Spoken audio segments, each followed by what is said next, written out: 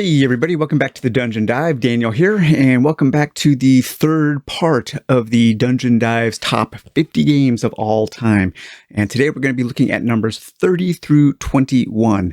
One little piece of housekeeping, for those of you interested, I did start a Dungeon Dive guild on Board Game Geek recently. And I'm going to be posting some videos there. It's a little bit easier to discuss things in a nice forum. So if you want to head over there and join the guild and start participating in the forum there, that would be super cool. So, all right, let's get cracking into this group of 10. And we're going to start with number 30. And number 30 is Secret Unknown Stuff, Escape from Dulce. I love that title. It's so cool. It's so pulpy and cheesy. And that is from 2018. Sentient Cow Games is the publisher, and designers Donna Ackerson, Craig E. Sawyer, and Chris Weller. So Secret Unknown Stuff is, it's a really, really simple game. You basically do the same thing every turn. You move your character into a new room, you draw an encounter card, you face that encounter, rinse and repeat. But in that simplicity lies a ton of fun. There is so much loot. There are so many different encounters. The characters are fun and interesting and have cool powers that you get to level up. A really simple but good character progression. It is a 0 to hero game, so you don't have to worry about a campaign. And it's just fun. I mean, it's one of the most just pure kind of fun dungeon crawls that I have ever played. While the 3D boards, the towers that you build, while they look pretty cool and it does add some table presence, I think sometimes they are it's a little more work to set them up and put them away than I like. So sometimes I just play with the board set out in a flat surface. And the game can get a little repetitive, especially towards the end. But overall, I think Secret Unknown Stuff is awesome. So let's go to number 29 now. And 29 coming from 2011 and Flying Frog Productions designer Jason C. Hill. And that is Fortune and Glory, the cliffhanger game. If you are into pulp fiction, if you are into adventure fiction, this is the game for you. If you have ever dreamt of playing a board game of Indiana Jones, this is the game for you. It's a huge, sprawling, kind of epic globe-trotting adventure. It is just the very definition of pulp gaming. There are so many different encounters, so many different things to explore and to come across that it almost feels like anything can happen at any moment. And even though it's all random, somehow it's so thematically sound with such a strong thematic vision that things always connect together, even though they're random. It's really cool. It creates really interesting little micro stories. There are a ton of rules, and two kind of like needed supplements, I think, are fan-made flowcharts on how to move through the game. There are a ton of little details to miss, so many little rules to get wrong, so many little edge cases that I can't imagine ever actually playing the game 100% correctly. So that is a little bit of a negative for Fortune and Glory, the cliffhanger game. And let's see, number 28, we are returning to the world of Runebound, but here with second edition. And that is from 2005, Fantasy Flight Games, designers Daryl Hardy and Martin Wallace. So, second edition is different enough from third edition that I think they are two separate games, really kind of set in the same map, in the same world. What makes second edition for me better is all of the expansions. This game has so many cool expansions, from the small box expansions, which just kind of add a whole bunch of cards to the various decks. And some of the small box expansions actually change your win conditions, so they add kind of a different scenario. And then you have a whole bunch of these large box expansions that add a new map and all kinds of new things you have to deal with while adventuring in a new environment, like a snow-covered peaks or a desert. You might have to worry, in the snow, you might have to worry about staying warm. In the desert, you might have to worry about collecting water and that kind of stuff. The expansions really do make this a great game, and there are also a ton of fan-made expansions, and there's some really cool fan-made expansions that you can look. If you just go to like ArtsCow or Printer Studio and you search for Runebound, you can find these decks of cards that some people have made.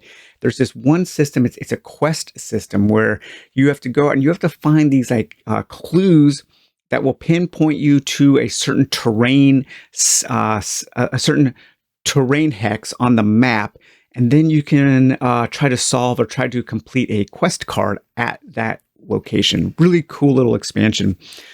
Like a lot of these games, it is a little long for the payoff. Things can seem a little anticlimactic as you get towards the end of the game. And as you start introducing the large box expansions, they all start introducing quite a few more rules and wrinkles, so it can be hard to keep things apart. But if you're looking for the way I like to play the games, I play solo, where I'm just trying to beat the game on my own. And with expansions and with that kind of play, it really does feel like this huge kind of vast open world sandbox adventure game. So I really enjoy Runebound 2nd Edition.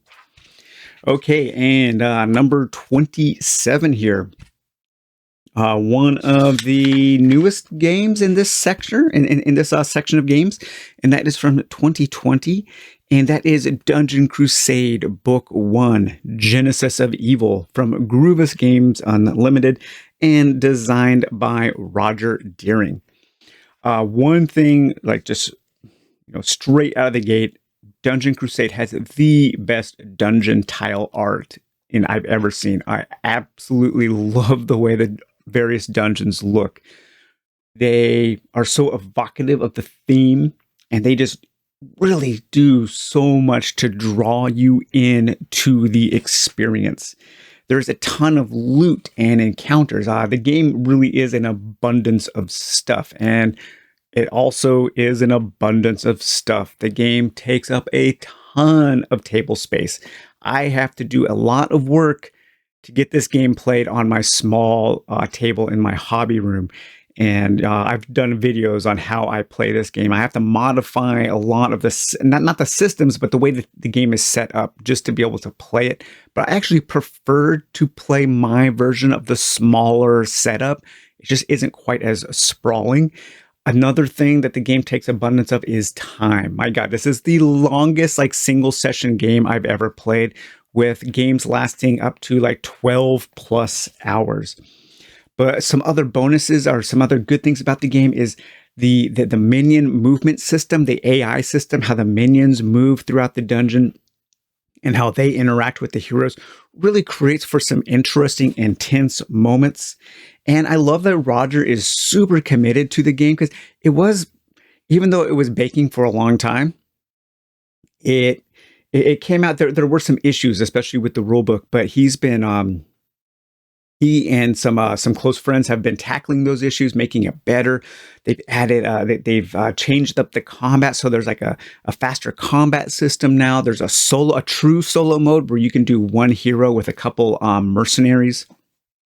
And I think the game has a really bright future, and it's still really good, but it's only going to get better as time goes on. So that was Dungeon Crusade Book 1 at number 27. In 26, coming from 2016, and Ganesha Games and designer Andreas Safiligoy, and that is 4 Against Darkness. 4 Against Darkness, one of the most expanded games of all time. I mean, there are I'm looking at my shelf right now, there's got to be 40 expansions or something for this game. It's insane. And I do think you absolutely need some of the expansions. The core book, while it's cheap and it does offer some good gaming, I think it's going to get pretty repetitive pretty quickly. But as you start buying the little book expansions, the game is just it is overflowing with choices, with these kind of modular pieces that you can put in. It is a very, very customizable game. So you can really tailor the game to be exactly the kind of game you want it to be. It's it, it's highly customizable. I think that's the best way to describe Forward Against Darkness. It reminds me of old computer RPGs like Wizardry and Bard's Tale, where you are taking a small group of characters. The characters aren't super complex. They're pretty easy. You can fit like all 4 characters on a little piece of paper.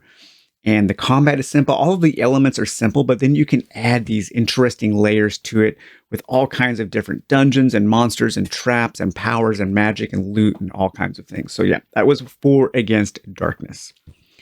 Number 25. So this game actually dropped off my top 10. Not because I think the game got worse or anything, but I haven't played it. And that is from 2019. Mantic Games, designers James M. Hewitt and Sophie Williams, and that is Hellboy, the board game. I mean, I haven't played it recently, like in a year or so. The last Kickstarter that they did for like an expansion really put kind of a sour taste in my mouth, so that might have something to do with it. It was really expensive, and I believe they like forced you to take on this Hellboy dice game or something as part of the pledge. I don't know.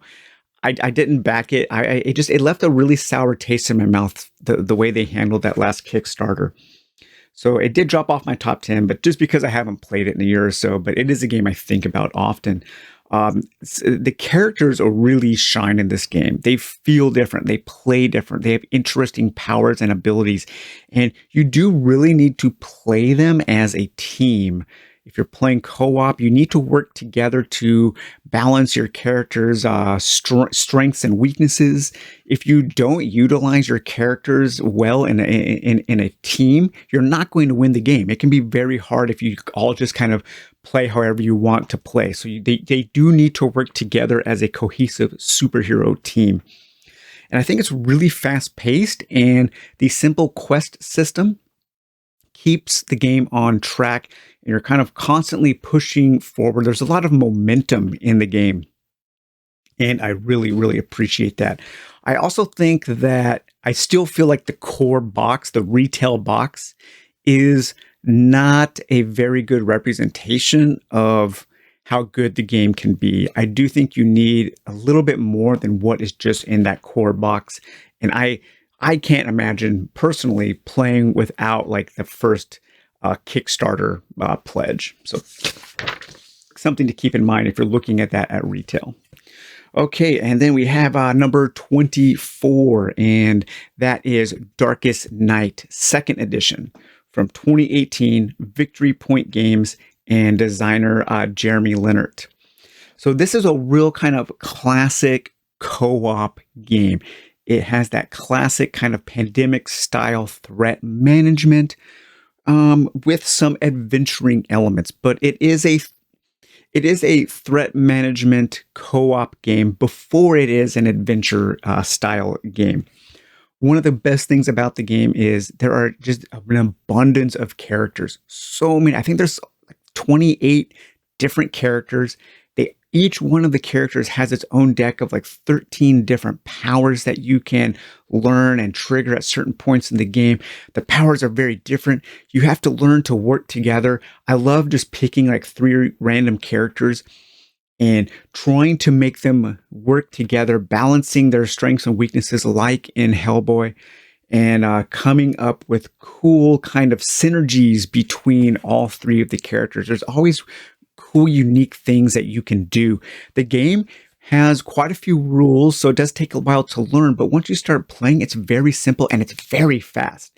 You only take 1 action on a turn, and for some people, when they think of that, they think, wow, that's crazy. I don't know any other game where you only take like 1 action. So the turns are really fast, and it just kind of really keeps things moving. It also has a very elegant look. It looks great on the table. The components are high quality. The cards feel nice. The cardboard feels nice. The standees are nice. It's just overall, it's a really good boxed product. I love it. There's a lot of options too in the rules of like different ways you can tailor the difficulty, a couple different ways you can play the game.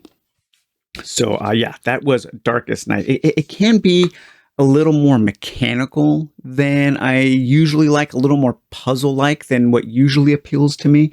But everything else kind of outweighs those negatives for me, and I do really like the game.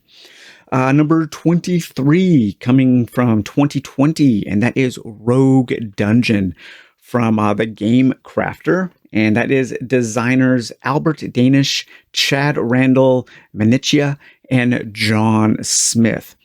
For just a purely card-based dungeon crawl, Rogue Dungeon it has the feeling of a big dungeon crawl, and it is an excellent rogue-like experience where you are just kind of randomly, you have a character and you are trying to get them through a few levels of a dungeon to face off against the boss, and death comes quick and easy, as we all know in these rogue-like games.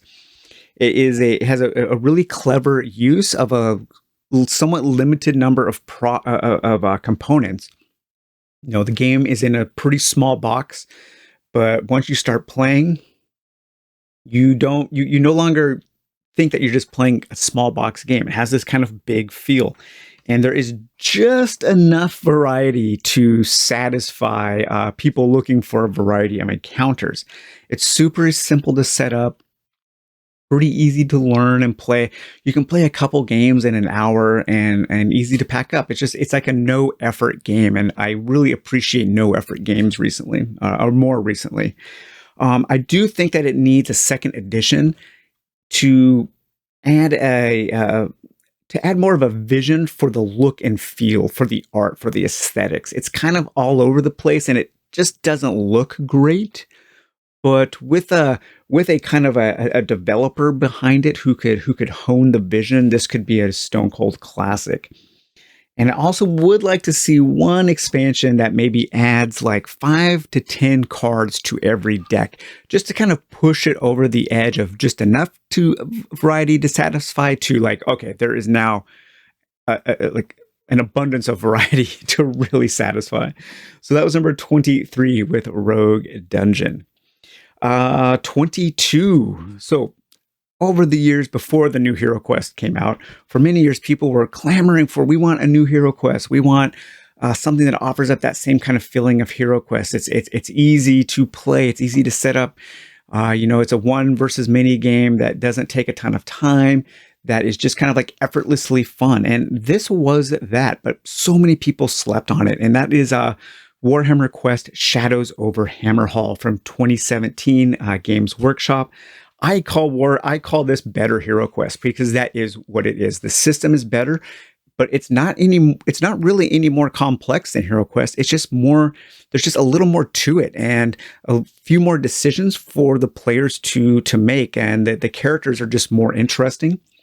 But the way the game is constructed, it's like an 8-level dungeon, and each floor is a session, but there are multiple ways in and out of the dungeon, and the floors might connect to other different floors. And in between the floors, the heroes, the party can find a stairway that goes back to the city, where you can do a little city, city phase, a town phase. It's just really cool. It does a lot with a little that's in the box. It is expensive, and so that's probably why it didn't have that kind of like mass appeal. But for a long time, people were saying they wanted Hero Quest again, but everybody slept on Shadows over Hammerhal. It does need a little more variety, especially in the enemies. And so that's why I do, too bad. I mean, it's all out of print now. So, Games Workshop, it sucks. But if you are looking to get it, I do highly recommend you pick up the Chaos Adversary card pack, because that adds a lot of variety, and also try to hunt down the 3 issues, I believe, of White Dwarf that had content for this, because it adds 3 kind of side quest dungeons that you can go on. And I like to mix in some of the stuff with Silver Tower as well into Hammerhal, just to add that needed variety. So that was number 22, Warhammer Quest Shadows over Hammerhal. And finally, today, 21, another game from Flying Frog Productions, another game designed by Jason C. Hill, and that is from 2008, A Touch of Evil, the supernatural game. A Touch of Evil is absolutely dripping, absolutely overflowing with theme. This game feels like you are playing an old Hammer House of Horror movie in a board game. It's creepy, but it's cheesy. It's pulpy. It's adventurous. It has just all kinds of like like Fortune and Glory. These kind of like cliffhanging elements to it. You can visit all kinds of different places around the town, and once you get the expansions with like the coast and the what's the other guy? I can't remember the other expansion right now, but you can just you have this really cool sprawling map of the countryside that you can explore. It has a really good variety of encounters and the different boss monsters. They feel different. They all add a little twist to the game. It does work as both a competitive game where you're kind of playing it like an old school Talisman, where each hero is trying to beat the boss, and it also works perfectly well as a co-op slash solo game. So it some games, they have a competitive and co-op mode, and you can usually tell which one was the focus and which one was the afterthought. But in A Touch of Evil, they both work really well, and I enjoy playing it both ways. I know that sometimes the cheesy photography, the cosplay style photography and art does turn some people off, but I think it's really cool. It's different. It's unique. It has a lot of character to it, and it does add to that kind of, Hammer House of Horror quality or Dark Shadows quality that I think the game is really going for. So yeah, so that was the list today. Let me I always drop my paper and so I can't do the recap.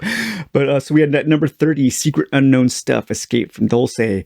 29, Fortune and Glory, the Cliffhanger Game. 28, Runebound, 2nd edition.